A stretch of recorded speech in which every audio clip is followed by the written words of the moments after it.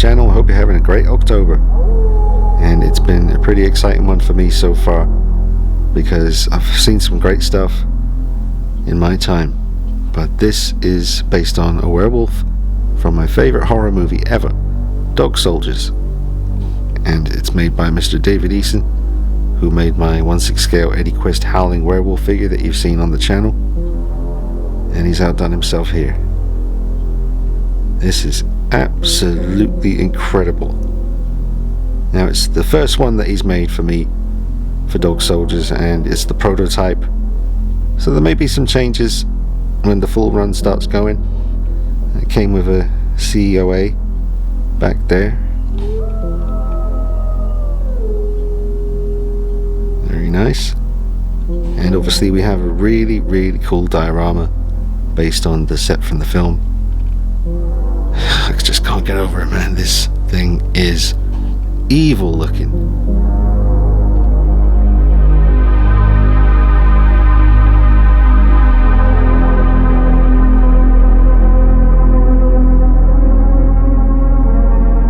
Came with this awesome Dog Soldiers plaque that I can put in front here, and some broken glass, and what I think is what's left of the character Spoon, one of the best characters in the film. But they're all awesome.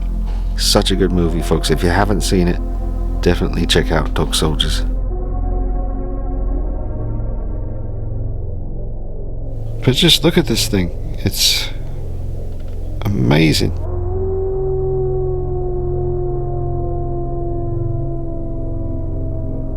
He's really big too, and heavy. Built over a Viacin body, so it's got a metal skeleton. But as you saw in the video that led up to this arriving, I showed you the image of the parts that David designed. The head sculpt, the chest, the hands, the feet, or the whole bottom half of the legs really, and all that incredible hair work, the fur, and the time it must have taken to design and put together the base, the diorama. It's really cool blood spray on the wall there. Looks really convincing, like it's actually splat across from a direction. Poor Spoon. That is gnarly. I got all my Dog Soldiers stuff. That's the book Sausages, The Making of Dog Soldiers. That's got some amazing stuff in there, folks. Some really cool pictures.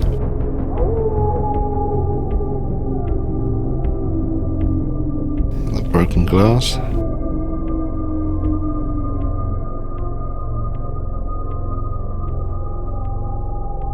Another image from the movie. There's Spoon, that's the character, getting attacked. That's how he ends up. He really did put up one hell of a fight though. Get this amazing 4K version of Dog Soldiers. Can't recommend it enough. The picture quality is just amazing, and the sound, you just hear it like you've never heard it before. It's such a good movie. You really need to get this in your horror collection. There's the Howling Werewolf that David made a couple of years back. Plenty of videos on the channel on that one. Definitely check it out. It's an incredible piece. Werewolf collection. It's a bit tight at the moment. I'll have to sort out these shelves, man. It's an issue. We've got some vampire action down the end here. Oh, and Michael Jackson, because I don't know where to put him right now. But yeah, werewolf section. Oh, and there's the official Soda Toys Dog Soldiers figure there, all boxed up. And you got a grey one out of the box. Make sure you subscribe, folks. There's a whole werewolf playlist on the channel. Every werewolf video on a nice, easy to find playlist. You can just check out all the stuff on there. Right, let's take a look at David Eason's Instagram page. This is where you can get in touch with David and order yourself a Dog Soldiers 1/6 scale werewolf. I just messaged him because I thought it would be good to get an idea of how many of these he intends to make, just so you have an idea. You know, if there's only like say 4 of them, then that is a bit more urgent and you might want to get on that pretty quick. But he said he might make around his usual, which is 10. So get in touch with him, talk to him. He'll make say 10 of them, and then that's it. Maybe someone else in the future will attempt something like this. I know Bree Toons did. I still have his werewolf and I love that, but I don't know if a real, like an official company, maybe once they see this review they'd think about it. You know, I'm not sure who. Maybe Syndicate Collectibles or Asmus Toys or one of those kind of up and coming companies. It'd be great though. Maybe this review could inspire someone out there who has connections with a company or is thinking of starting a 1/6 scale company to, you know, make some Dog Soldiers stuff, or Bad Moon, or American Werewolf in London. I mean, all of these David's making and has made. He's working on an even better Kessler Wolf now in 1/6 scale. He's made the Bad Moon Werewolf, which I really want to get at some point. Now we have Dog Soldiers. He's done the Howling. Now, I think that was pretty much where he started out. I might be wrong, but that's how I discovered David Eason, was seeing those Howling figures, and eventually I had to get one for myself. I'm very glad I did. So yep, this is how you get in touch with David. Check out his stuff. Awesome guy to deal with, and working really hard, man. You got to respect it. This is super impressive, and I'm really happy with it, and I know anyone else would be over the moon. If you're a bigger fan as this film as I am, you're gonna love this.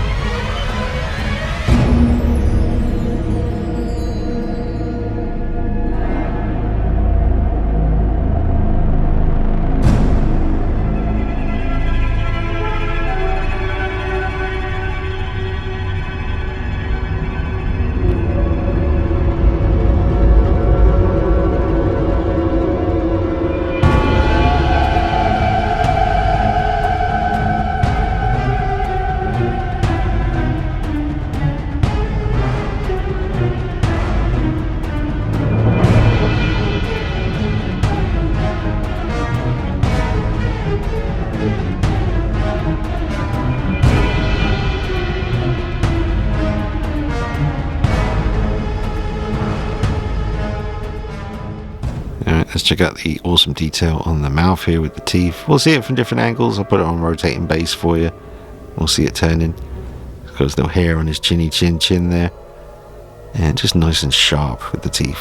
They look really vicious. And the snout, the muzzle, and those very distinct looking ears. I love the hands. I was not concerned about it, but it was one of the things that was in my head when I knew David was making Dog Soldiers Werewolf, because you do get a lot of scenes in the film that feature the arms and the hands, just to kind of, I guess, the low budget aspect of the movie. They had to do things the way they had to do it, and you do get a lot of shots in the film of the hands or the arms coming through doors, windows, even the roof of the Jeep. But he absolutely nailed it. The long nails, the look of the fingers, the pose that the hands are in, that's exactly what I would have wanted. Not the fingers all kind of curled up and stuff. I want them like this, because that was the first image I ever saw on a bus going to my friend's house back in 2001 or whatever it was. And I just saw this in my peripheral vision. I was looking forward on the bus. It was nighttime and it was kind of going along a motorway, and I literally just saw it like that. But I instantly knew that shadow was a werewolf, and I thought, on my way back home tonight, I need to keep an eye out for this poster, because this is before the internet. Well, some people probably had the internet, but I didn't even get the internet until 2006. So I just had to look around and try and find out what this was, and it ended up being just so surprising. It was just an incredible film, still is. Check out this video when you get some time. I was lucky enough to do an interview with Brian Patrick O'Toole, one of the producers of the film, and he had some really cool stories, and it was really great talking to him. Check that video out. Such an awesome design. Really, really scary. Now, if you look at this image here, the way the light is catching the eye, that is exactly how it looks at the moment. The light is catching the eye, and because I talked about this with David, because originally obviously the plan was to do like the yellow eye with the black pupil, but as you can see in some of the behind the scenes stuff and pictures of the animatronic heads, alright, so you see what I mean with the eyes. If they were to be movie accurate on the figure, I think it would just, if you want exactly that, then there's no reason why you can't have it. But I think David made a good call, because I like my werewolves looking really evil and just terrifying, and looks great there. There's another good one. But yeah, you can see the eye. But if you want that specific look, I'm sure he'll do it for you when you get in touch. Hey Megan, I was saying to David that he could do one of these werewolves with just one eye, because at the end of the film Sarge shoots her in the eye, and then later on when he holds up the lighter and he's confronted by all the werewolves, she's in front with one eye missing, but it's very hard to see because it's so dark. In the cold, harsh light, those eyes can look a bit friendly, a bit, just not as terrifying and demonic as this looks. And in a lot of images, the eyes do look black with just the light hitting them and bringing them to life. So I actually think David made a right call here, and he did an amazing job with the eyes on this. And David did a great job with the feet here. They look very accurate, transitioning into the fur, and then into the below the knee, and the shading on the skin, and the fur covering is wolf junk. You can pose the arms, lift them up, bend the elbows, turn the wrists, move the head around. Not much articulation in the torso because of how the design had to be, but that's fine. You can move the legs, bend the knees, all that good stuff, have it stepping forward. And you can bring it kind of leaning in, combination of the head and the legs joining onto the body there. Obviously it's seamless, but you got a metal skeleton inside here. It's very heavy and very tough. Just due to my experience with Firesin bodies, especially the female ones, I just don't think it's a good idea to leave elbows bent for long periods of time, or knees, stuff like that. Might not be a problem on the more muscly, thick Firesin bodies, but something like this, I wouldn't risk it. But it's fine for photography and poses, but then I'll put him back in a straight up museum pose when he goes on the shelf. I was able to get a pretty good lean just now. Just brought one of the legs forward a little bit, bent the knee, and managed to get him leaning in quite a bit. It looks awesome, man. It looks right out of the film. Notice how the light's catching that eye as well. I just love everything about this. It's nuts, man. I got a lot of stuff over the years, but this could very well could be my favorite figure in my whole collection. And you know how much I love my Batman Begins stuff, my Halloween 1978 figure, my Catwoman Adam Hughes custom figure. There's just some really special stuff here, and the Eddie Quist Howling Werewolf, of course, but this is my favorite horror movie, and this is just something I can't believe that's in front of me, looking the way it looks.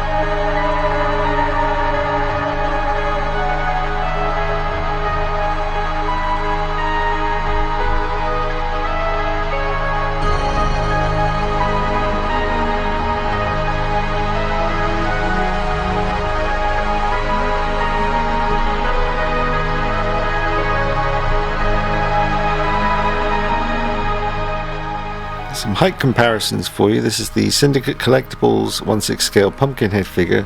That's a masterpiece, and that is how it looks next to the David Eason Dog Soldiers Werewolf.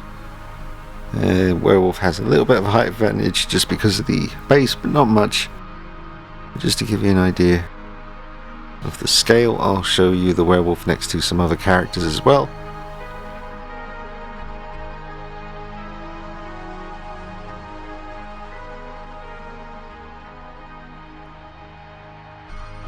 Now you have the Hot Toys T800 2.0 1/6 scale figure next to the werewolf, and that's a big Hot Toys figure. I mean, that's a substantial T800 right there, but he's dwarfed by the beast. There is the werewolf next to the Hot Toys Prey Predator, which is a big figure, but he's on a base there, slightly, it's about level almost. And next to the InArt 1/6 scale Joaquin Phoenix Joker bathroom scene version.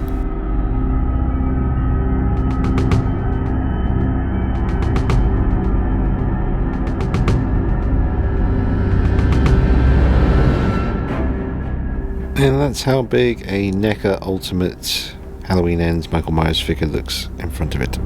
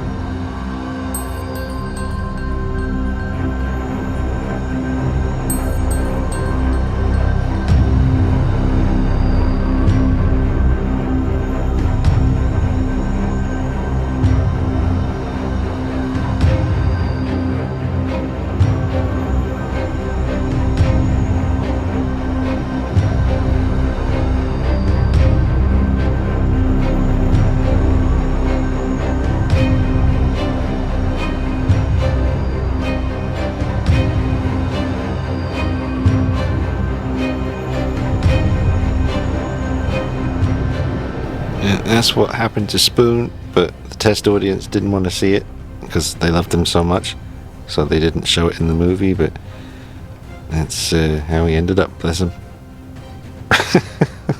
Such a great picture. I believe that is the original concept bit of artwork that was done when they were coming up with the look of the werewolf. So they stuck pretty damn close to that. Have a good shot of the werewolf there, but it's all in black and white. But there's some really good images in this book. One little thing I did do was I just switched out the actual kind of groin grabber to a Hot Toys one. It's specifically from an old BVS Batman Hot Toys stand. The pole is still the original pole going down into the base, but the Hot Toys groin grabber does actually fit over the top of that, and you can screw it tight, and it just comes forward more, you know, just to give you a little bit extra peace of mind, because he has no kind of, you know, front foot to kind of balance him, so I just don't want him falling over, so I just did that little switch there. It's worked out really good. Ideally, as ugly as it would be, I'd like to have like a waist grabber. I don't think I can make that happen with this, but this should be fine. I thought it was a really nice touch by David to put the felt under the feet here, just to give them a bit of grip. Very nicely done. Very nice touch having the shot from the movie there with the silhouette of the werewolf outside. Great detail on this. See some bullet holes. Really, really nice weathering. More bullet holes. Really great effect here with the busted in window frame. And the blood starts. Just move the stand out of the way so we can get a proper look at the window here. It's definitely worth checking out. Look at that. All busted in.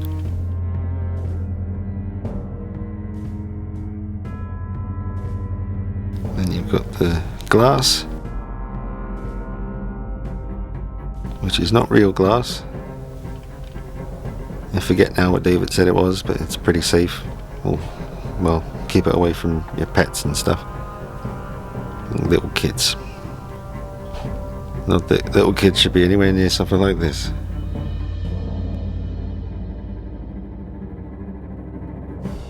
Take a look at the floor. That's where you can put... Where is he? Oh, there he is. Put a spoon there if you want to. Seems like the most obvious place. But really, really great paint on this. I love the way it's uneven at the sides. Awesome. And all the different heights of the floorboards. I have got a couple of bits of real glass there and there from an incident that occurred a couple of weeks ago. And I keep finding bits of glass everywhere. I tripped up and fell into the wall, right into my Once Upon a Time in Hollywood poster that I had framed. It went everywhere. I was lucky not to cut myself, but keep finding bits of glass. Beautiful, beautiful diorama. Look at that section there, just so much going on. Awesome. Okay folks, I'll wrap it up. I absolutely love it, and I highly recommend you get in touch with David if you're a big fan of the film. I mean, someone like Neil Marshall should have this, you know, and Sean Pertwee and everyone, well, not everyone involved, that would be a lot of figures. But yeah, I think Neil Marshall, if he knew this existed, he'd love to have one of these on his shelf. You know, such an amazing film. That's his first film as well, and it's my favourite horror movie of all time. You know, there's loads of reasons for that. The design of the werewolves, the way they behave, their intelligence, the amazing script, all the dialogue, every member of the cast, the score to the film, the look of the film, the atmosphere, genuinely creepy. Man, I just absolutely love it. And massive thank you to someone like David Eason existing and doing stuff like this, making dreams come true. So let me know what you think in the comments, folks. Drop a like on it, that's important. Hit that like button. Make sure you subscribe to the channel, and check me out on Instagram at DeanKnight333, because there will be plenty of pictures going up on there. Alright, hope you're having a great October. I'll see you soon. Take it easy. Bye bye.